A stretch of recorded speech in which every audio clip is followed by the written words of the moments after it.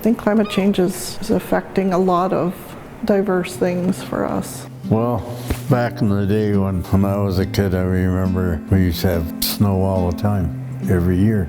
A lot of change that I've seen is when I was young, my birthday's in November and it would always snow on my birthday. It would be when the first snow is, and then it started to change and there was never snow in November anymore. There was never snow till the end of December. There's always a concern in the watershed every year. And you know, people say up on the glacier there's not as much snow, and they say that the ice fields are melting. With regards to Queniche, the Comox Glacier, growing up as a kid, you always saw white in the summertime, but today you'll see it's just a small patch of snow during the peak months of the summer now.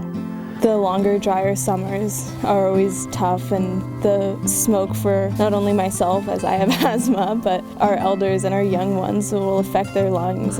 And being out on the lands, I've noticed the river systems are changing, the water levels are dropping, the ocean level waters are getting warmer. Seeing that Comox actually had to go on water restrictions, and being on water restrictions every year since then has been a very, wow, we really need to reserve our water and reserve what we have left in Comox before we run out of our resources. Seeing really intensive storms, more so over the last 4 years that I've noticed. 2015 through to 19, it just seems like you're due for 2 major storms with 90-kilometer-plus winds. We're seeing already sea level rises, which is affecting erosion on our shoreline. The beach has changed here. When I was a child, it was all sand. Now it's full of barnacle rocks and the shells sticking up along there. So this has changed. Yeah, everything's just slowly drying up. That's a big problem. Not getting the water like we used to. Because there used to be a lot of little creeks all along there that had fish in them. Now they're all gone. I think a simple boat ride down Bain Sound, you see the mountainside is pretty much cleared out of larger trees. Back here used to be all kinds of alder trees, but they're all disappearing because they're drying out. As a child, I used to listen to the frogs in the creek. I used to be able to hear the crickets. I used to be able to see butterflies in the summertime and chase them as a child and watch them land on flowers and fly away. As an adult, I don't see that anymore. Only really changes I've noticed is just real recently, just the salal dying in the forest, the underbrush. I never saw that before until just this past summer, really. All the plants are being affected, and our traditional medicines. Of course, salmon has always been the big thing with us. It's our main source of food. Same with hunting, it's the same thing. Well, back in the day, it was a lot easier than it is now for getting a lot of these things. The part of me that is a skipper of a canoe is always saddened when I see the ocean temperatures rising and the salmon spawns not being able to spawn as frequently or as much. We get a lot more rain, which creates flash floods in the rivers, which then creates sediment and soot in the river systems, which kills off our salmon's eggs and stuff, so they get oxygen deprived. That's one of the biggest changes that I've noticed. With regards to river temperatures, for example, in the Pentlands River, I've seen temperatures as high as 19, 20, 21 degrees Celsius in the latter parts of the summer months. Those temperatures aren't very conducive for salmon here on our rivers. We're seeing different species of animals moving in that aren't normally here year-round, like the sea lions, different birds.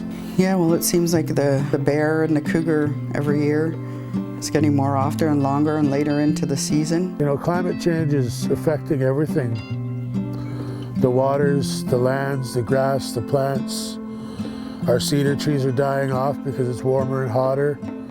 And being an artist myself, it's hard to watch. We go out in the forest and we see all these big, beautiful cedars that are dying, and it's been our tree of life for forever. And just to think that a lot of this stuff is disappearing it's a big pill to swallow, and it's hard to watch. Once that glacier melts and is gone, so is our river system. So that means no more fresh water for our people, our resources, no more salmon returning to the river systems. Things will starve out, plants and animals are going to be gone, whereas everybody else can up and move. We as the Comox people can't really do that. This is our home. This is where we've been for hundreds and thousands of years. Well, I don't know, as long as it's gonna keep getting warmer, well, we're gonna lose a lot of food. That's what I think. Your seafood won't be the same because your water be getting too warm. I don't think a lot of people realize what traditional lands really means to First Nations people. You know, we get our sea asparagus off Tree Island. We have our plants, our gook bean plants here right behind us. Wild rose, everything. Well, food sustainability, I think, is a big one for me with salmon because it is a part of, sustains us for the year. Hunting, that's another big one. Things get drier. Animals can change where they roam or where they travel, or people will have to change, we'll have to sort of change our hunting, you know, where we go and to do that. When I go back 50 years now, and we was nothing to go out and hunt, but it's all grown in now, and you've lost a lot of that space. Go hunting, we gotta pretty well go way up in the bush. I'm worried about our people being able to adapt and having to find new ways of life, new ways to survive, new ways to provide for the families, finding new species to provide to eat for our people, and still to be able to live off the land and off the ocean and off the water systems. When we talk to the government about they want us to sign off on things that we want to harvest, and my big thing is, well, we can't determine what we're going to be harvesting in 30 years from now if those fish are gone and new fish are in, different animals are gone and new animals moving in. We can't say that we're just going to harvest these species due to climate change. Water is going to be a big thing one day, so I think getting a hold of that and managing it and looking after it would probably make a big difference in some ways. How are we as a community as a whole going to find a way to sustain water and continue to have that available, not only for self, but to grow the food that we need to sustain ourselves also? Like you say, you're cutting down all the trees, so might be okay if they quit logging and everything, give everything a chance to grow back. I think that's going to affect our territory. We've seen it over the last few years at our campsite with the flooding, the roads being washed out, being able to access some of the territories that we used to on a regular basis. Having these high floods, we're going to start losing a lot of our lands and our traditional territories. Due to this, rivers are going to change and move. You know, our clam gardens are going to disappear, things, you know, water levels are going to rise. We just have to try find a way to protect our territory a little better. It's going to be tough because water's hard to stop. The impacts upon those from a cultural, from a resource perspective, you know, are very concerning. Future planning, being prepared, those are all things that can mitigate the risk factors. I think that's why, you know, a lot of the work that we're doing in the Lands Department is valuable to me as a community member because it's just knowledge that helps us. Traditionally, our people took care of the lands from, you know, where the water starts from. And, you know, if we can't take care of that, all that ends up in our estuaries. So you have to start at the top and work down. And I think more people need to realize some of these things. Instead of just taking care of one area, we have to look at the whole bigger picture and kind of start from there. But the broad picture is, right, Comox Pentlatch people have been here for thousands of years, and they've witnessed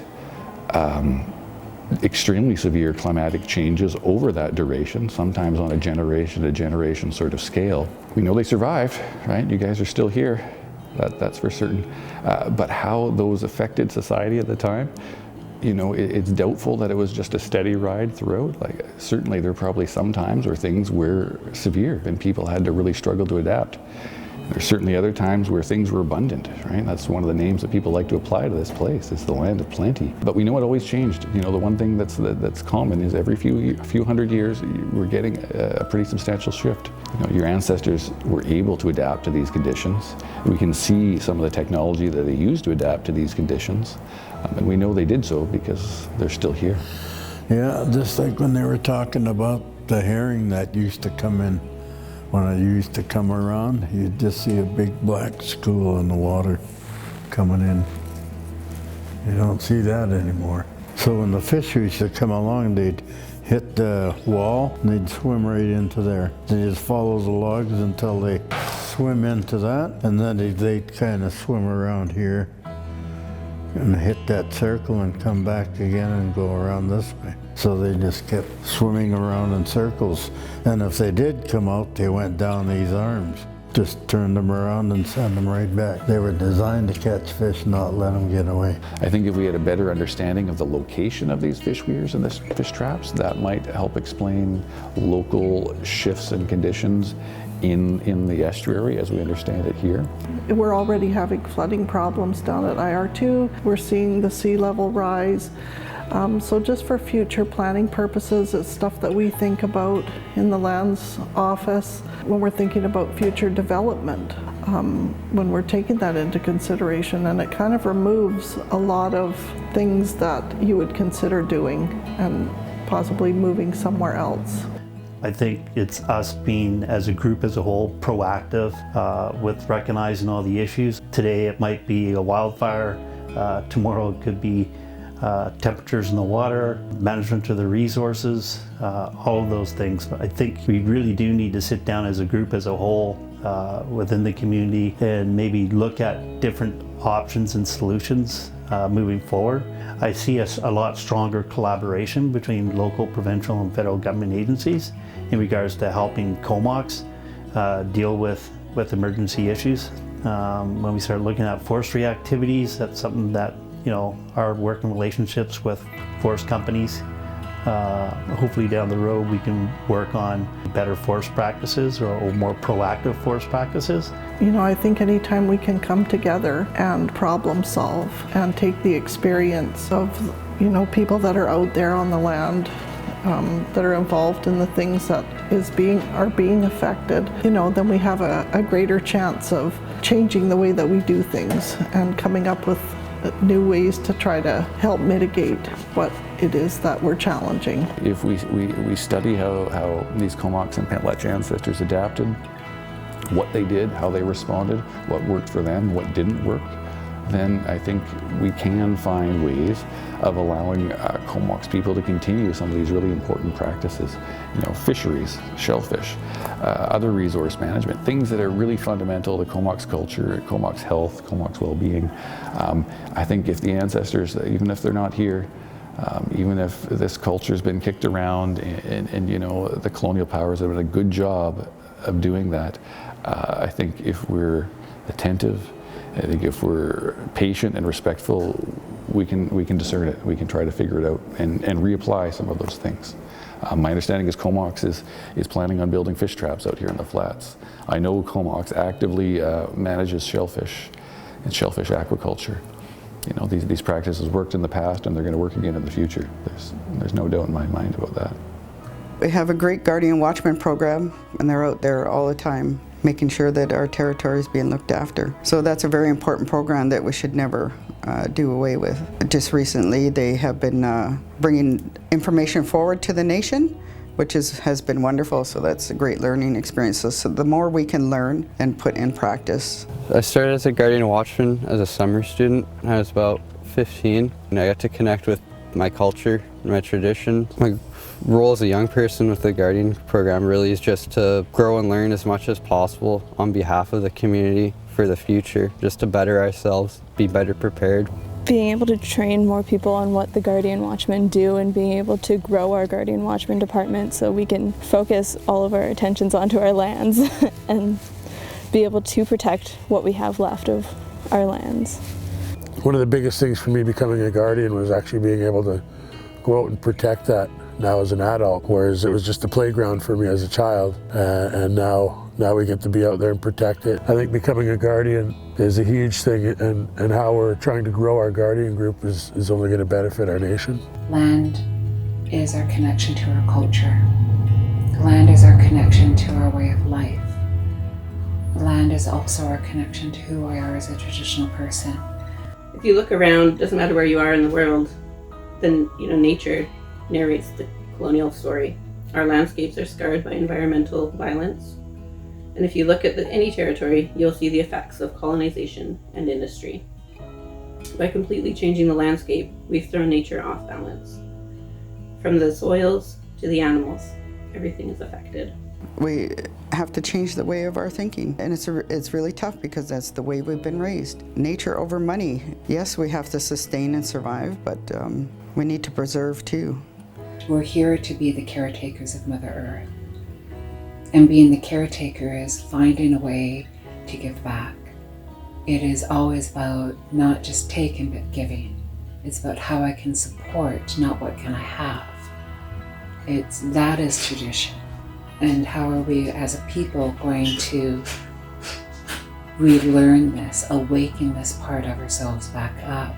It's going not what can I take, because that's what colonizers taught us to do, but how do we support and live as an integrated community, not just with each other, but with Mother Earth. I think that our traditional ways sort of tip the way that we perceive climate change on its head.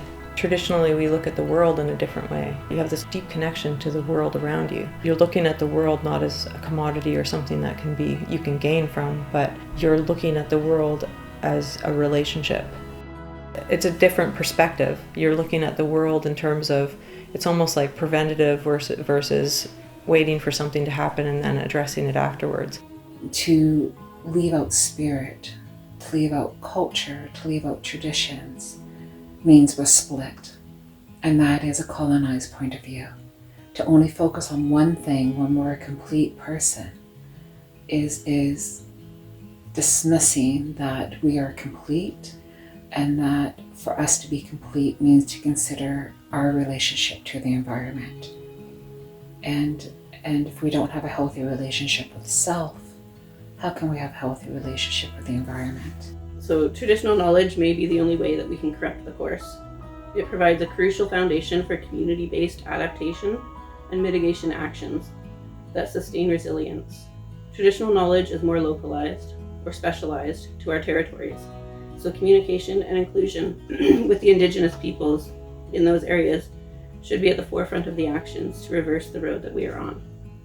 We're trying to do a lot of gaining, knowledge about how it can affect us. And I think just coming together as a community, problem solving together, looking to our elders for advice on what their thoughts are. They've sort of seen how it's evolved. The dancing and the drumming were things that were kind of coming back. And teaching the younger ones what's going on so they'll have a good idea of what's coming down the road. Ceremony, just like I said, it just grounds us back in remembering to remember.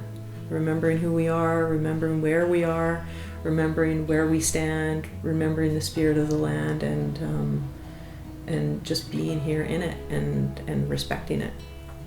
If we work together and stay together, we could probably do okay.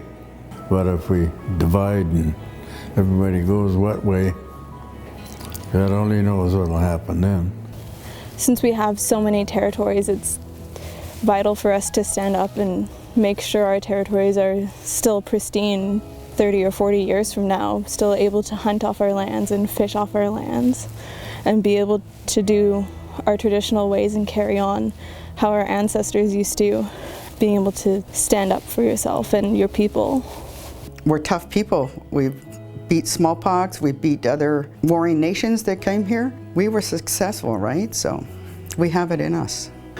Well, I think one of the things for the Comox First Nation is hearing those words, "you can't," always resonate with us when we're told that we can't do something.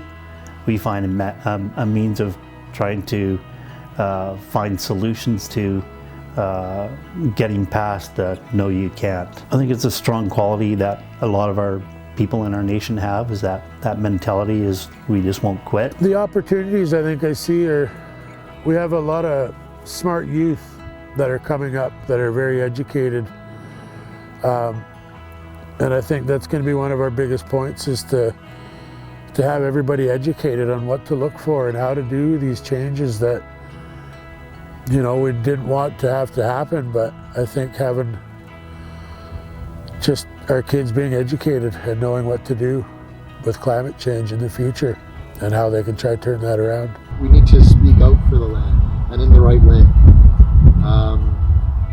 We don't do it for money, we don't do it for profit, but if money is needed to, say, restore a riverbed or to help protect a very vital habitat for salmon, then we do so. 7 generations ago, someone was thinking about us and where we would be. And I want to think ahead for 7 generations from now and hope that they're able to fish, hope that they're able to eat off the lands, go hunting, go swimming in the oceans without it being toxic and without the world be overheated and the fish not able to survive, and being able to show them that this is our traditional ways.